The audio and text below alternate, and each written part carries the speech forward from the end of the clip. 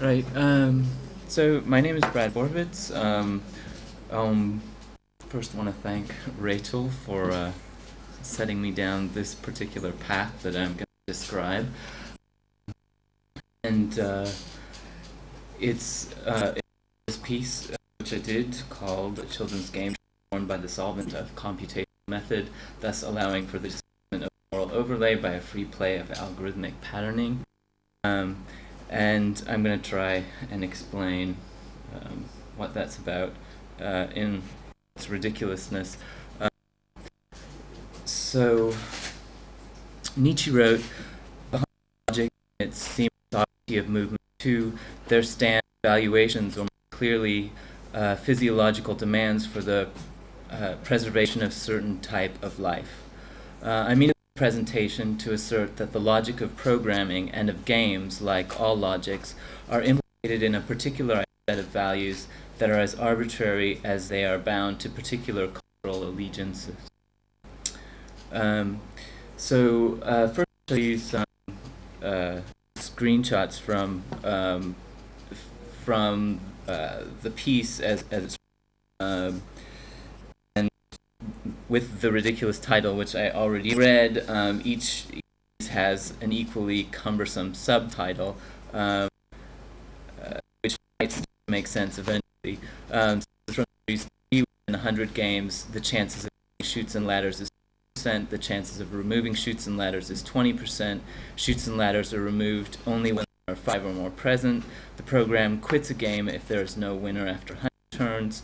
A chute or a ladder may be no longer than half the length of the board. Each square is 10 pixels on a side. There are 10 games across. There are 6 faces by. The player must land exactly on the 100th square to win. Which, enumerates parameters. And so here, examples, some images. Closer in, you get the idea. So you already realize that this is about chutes and ladders. It comes from this conversation that Rachel and I had as with Amy. And the rules of the game are simple if you're not familiar with them. Players roll a die or spin a spinner to determine their progress along a linear track of 100 numbered squares, advancing extra spaces when they land on a ladder and falling back when they land on a chute. The first player to the 100th square wins. So the rules of the simulation of the game are maybe less obvious, or the data representation of the simulation, but they're as follows.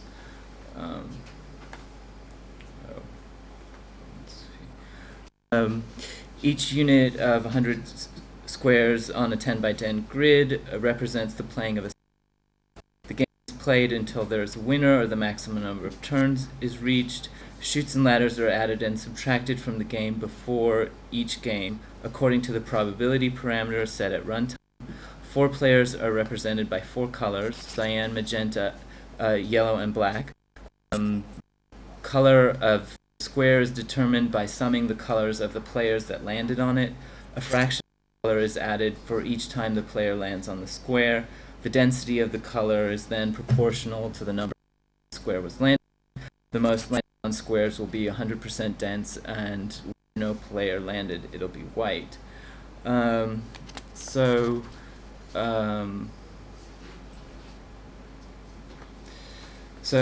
of course, with different parameters, you get different results, and I'm just going to zoom through that.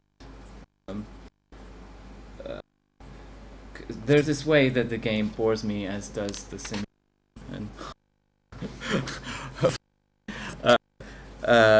So there's other things that I think are interesting here. In the US, at least, this version of the game by Milton Bradley seems standard and well embedded in the cultural imaginary, even as the illustrations of the board have changed over time, keeping up with the demand to remain contemporary in style, and reflecting changes in social attitudes towards the representation of multiculturalism and race, for example. The placement of the chutes and ladders has remained static. The dissemination by a corporate entity of this board has seemingly produced a public assumption that this is the board, without a past or a future of difference. This fixity betrays an allegiance to a peculiarly American ideology of stasis that appropriates culture as intellectual property that banishes history and revolution. The game does, in fact, have a history.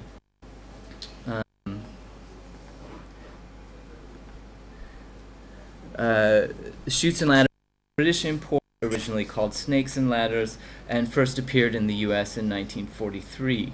The British, in turn, appropriated the game from India in the 1890s, a trinket of colonial exploit. The Indian game derives from mokshapat, which means salvation cloth, attributed to the 13th century religious poet Maharashtra Yandev, who used it to explain the tenets of Hinduism. In this game, each of the 100 squares represented an emotion, and snakes and ladders, vices and virtues, respectively, which transport one to an appropriate emotional state.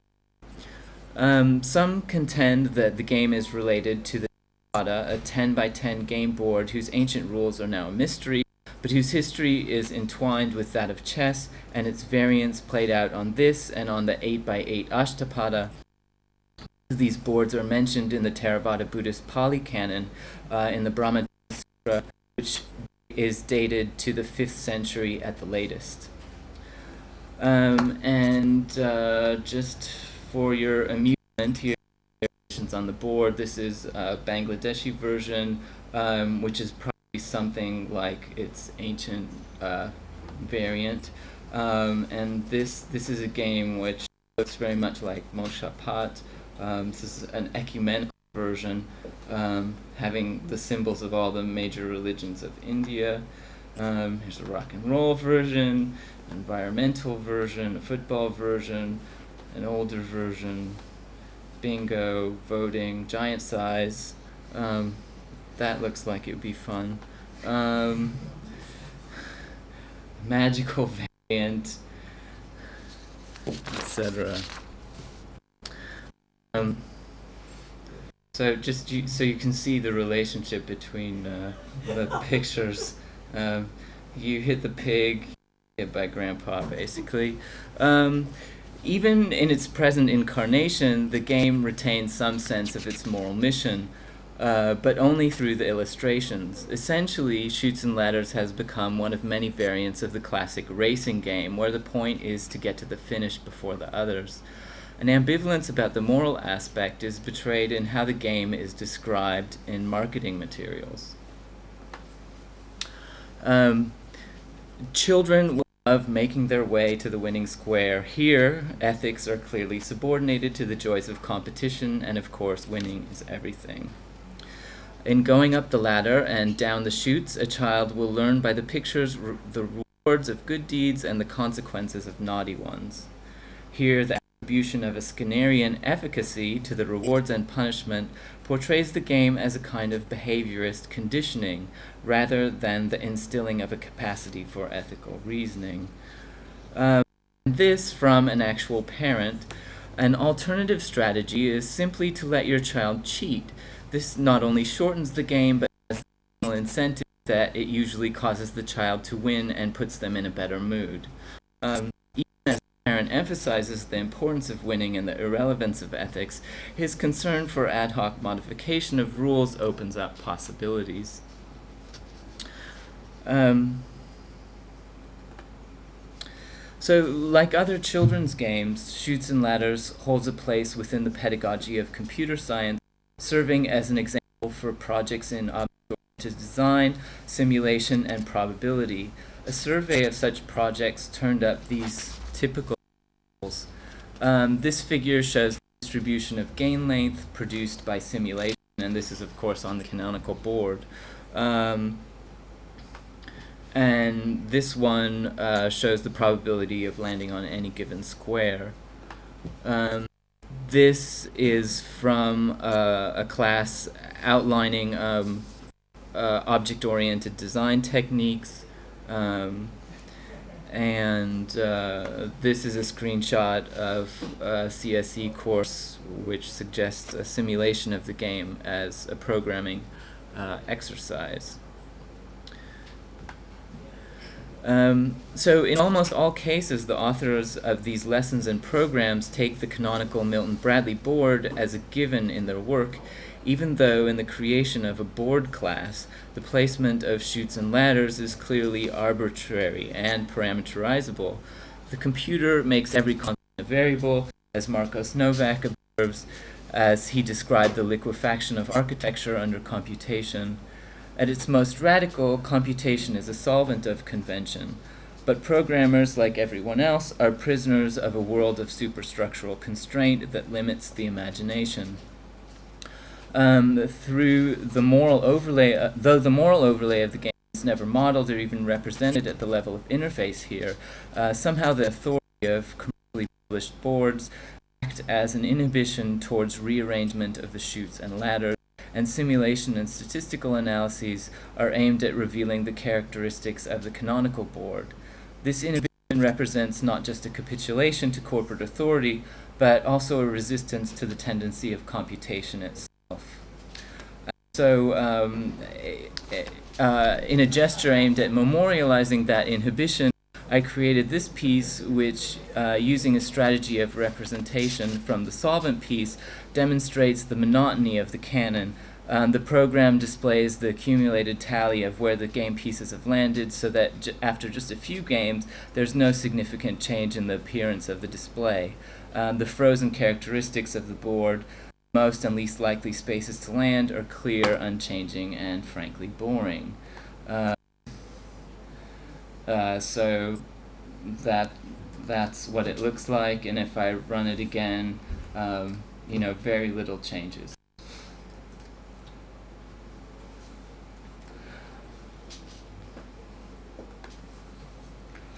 In contrast, a children's game transformed allows for the playing of a metagame where a tweaking of the rules creates a relationship to a field of aesthetic difference. While it may be argued that the results of some of these games also produce a kind of monotony, where the significance of a given difference is illegible, lost in the miasmic haze of noisy randomness, the experiment foregrounds several significant issues: the arbitrariness of rules, the relationship of agency to rulemaking, the location of changing rule sets within a diachrony or history, and finally, the aesthetic nature of rules and their characteristics. So this is what the interface to the game looks like. It's written with JSP, so you can change these variables and see what they do, changing the faces on the die to the ridiculous number of 1, which produces actually, I think, the most interesting results to me. What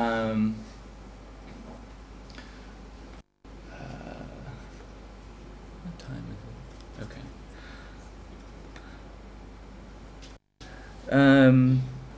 So Bernard Suits defines a game as follows.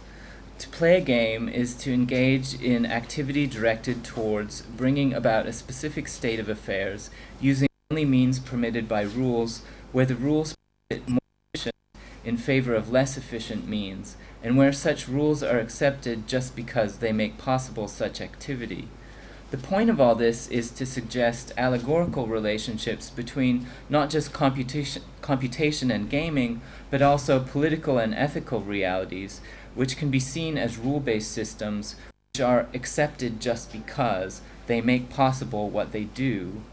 Equipped with this insight, we might think of we might use software to unmask the legitimizing apparatus that mobilizes notions of efficiency, progress, tradition, etc., for the preservation of particular rule sets as ideological and ultimately aesthetic and idiosyncratic.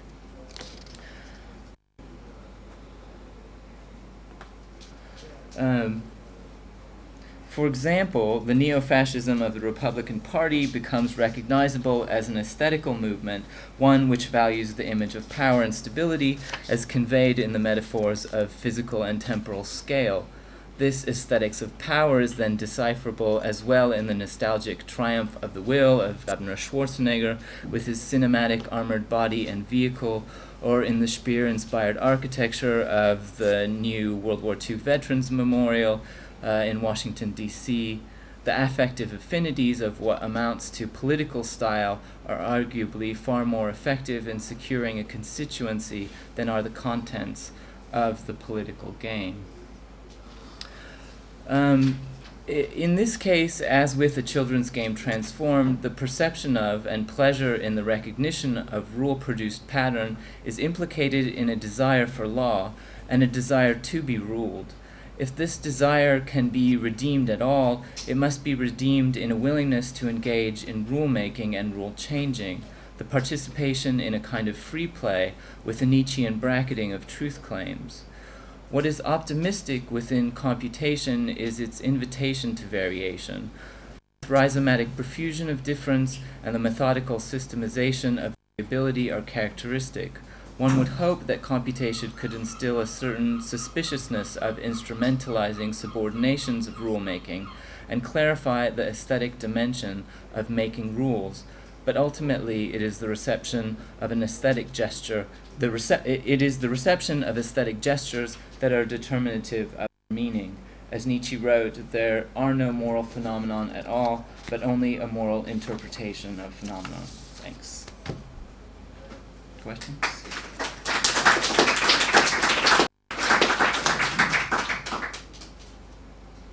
Yeah. Simulations really quick. I didn't understand how the matrix is structured. Oh, okay. So what are the columns and rows? Yeah. There's a little bit of white space in between each of these grids of 100 squares. So each 1, 2, 3, 4, etc. across is a playing of the game. So 100 playing of the game are shown, or would be shown if they could fit on the screen, in a 10 by 10 grid. Does that? What does each color represent? Okay. There's 4 players. Basically CMYK, and yeah, they leave a trace of where they land, and they're summed together. Yeah.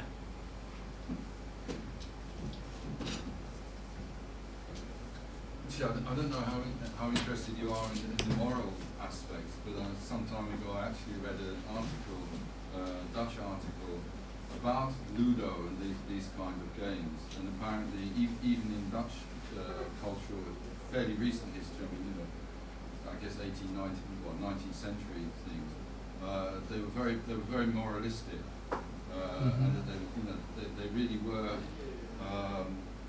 meant to, the trials and tribulations of life and helping you to accustom to these things. And I think that's quite interesting. That they relate to mazes and things which relate to pilgrimages and to sorry, I'm a bit tired. The point I'm trying to make is actually that in fact the board games that you've got there, commercially packaged, on some level is actually a representation of what I think, and I don't want to insult anybody here who knows better about it, but is in fact actually an equivalent of what Muslims call jihad, which has been translated into something aggressive. So it's absolutely wonderful how you have, hidden in these little children's games, something which actually terrifies the whole of America, and yet they've managed to trivialize it and play with it.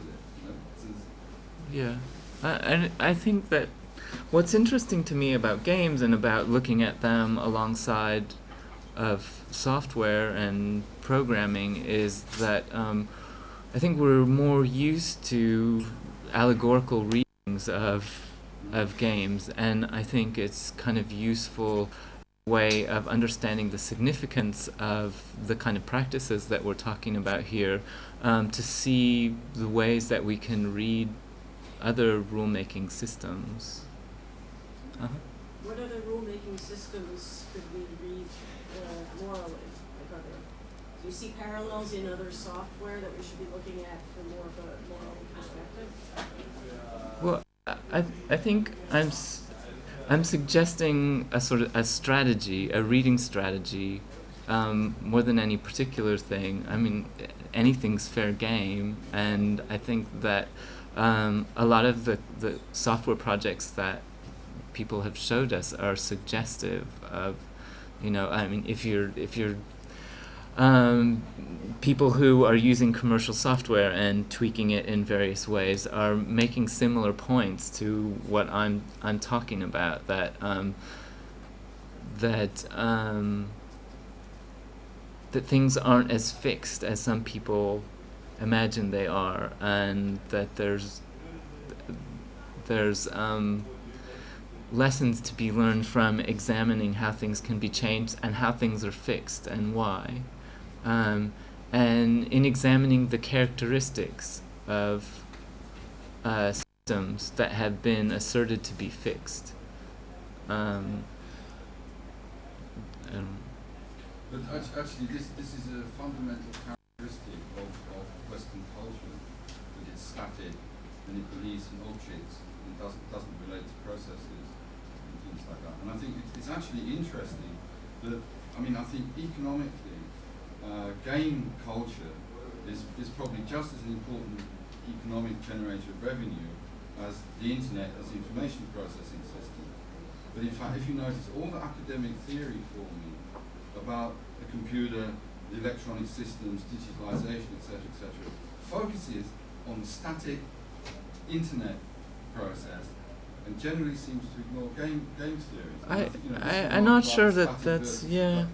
It's very important. I'm not sure that that's exactly true. I think there is a lot of interest in game culture and in gaming, both by artists and academics. Yeah, I'm not saying there isn't the interest, but I think the mainstream theory forming focuses on dematerialization, information transmission, etc., and deals with those kinds of issues, which are essentially internet information storage, retrieval, blah blah blah, connective things, but really ignore the whole things of algorithms and dynamics and transformation systems, which you're talking about.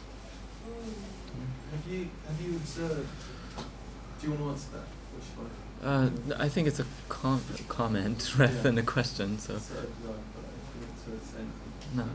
Have you observed variations? Because you showed some variations which were fascinating, stylistic variations, or it seemed like maybe aesthetic variations on quite structured theme of how a moral mechanism is embedded in these games.